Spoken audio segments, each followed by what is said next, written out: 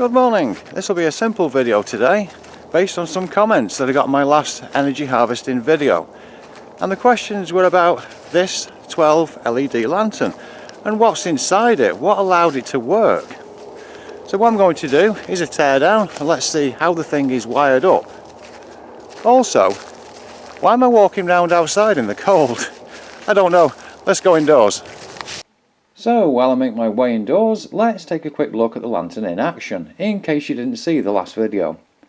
What you're seeing is it running all 12 LEDs, with no solar and no batteries.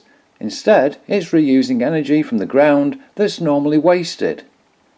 By the way, you can find the circuit diagram for the lantern project in that previous video. I'll put a link at the top of the screen. Here it is on the table, and it should be quite easy to get into. There's just 2 screws on the bottom. One thing I have noticed, and I wonder if this will show up, there we are, there's actually a fingerprint on the inside. Some person on the manufacturing line's fingerprint. Right, anyway, first thing, get those 2 screws out, and before we open it up, let's remove the battery compartment lid. Whoops. There we go. But that just shows how normally they take 3 batteries, 3 AA batteries for 4.5 volts. Okay, now next thing, let's have a look inside.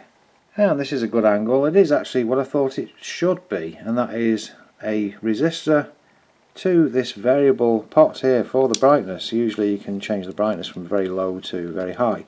When it's got my circuit on it, it actually changes from being constant light to flickering instead because of more resistance going on. I'll just get a reading of that resistor. Yellow, violet, gold, gold, which should be 4.7 ohms.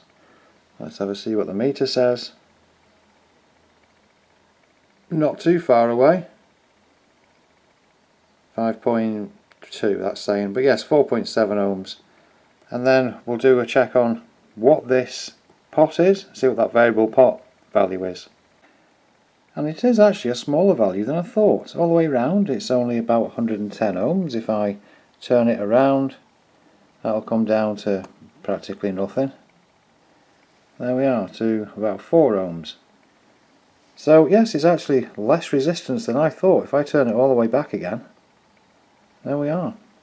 It's about 110 ohms pot. Now the big question is, how are these actually wired together? I would have thought they're going to be in parallel.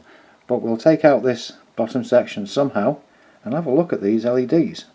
Yeah, it can't be opened from the bottom, so I think it has to be open. I did come loose a bit before. Let me just see if I can move it some. Yes, it is. It's unscrewing there. So I'll come back in a moment.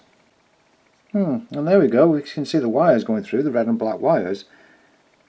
But it's still got that piece of plastic there instead.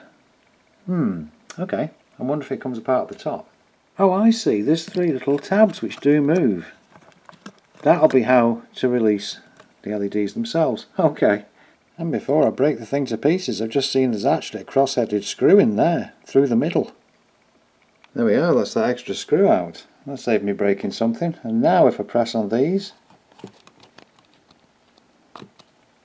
Oh, right, haha. So now there we are, that's this bit. Now I can't see anything through there.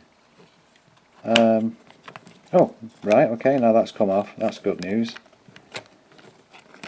There's the middle part, which I didn't know existed.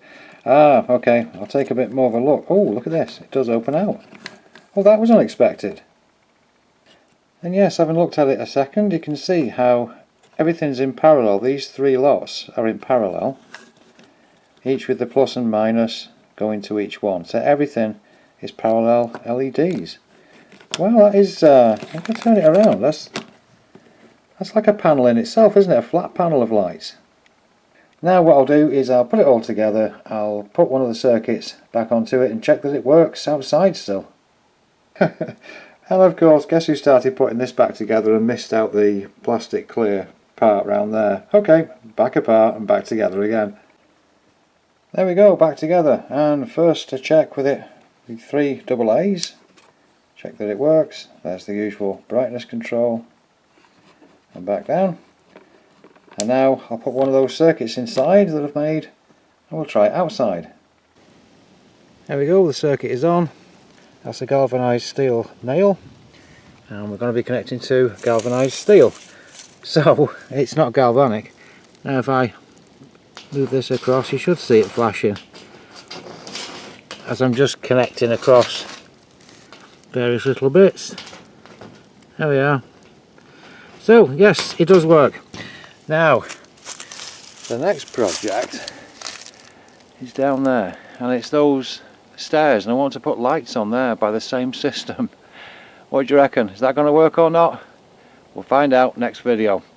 But hopefully that answers some questions about this lantern.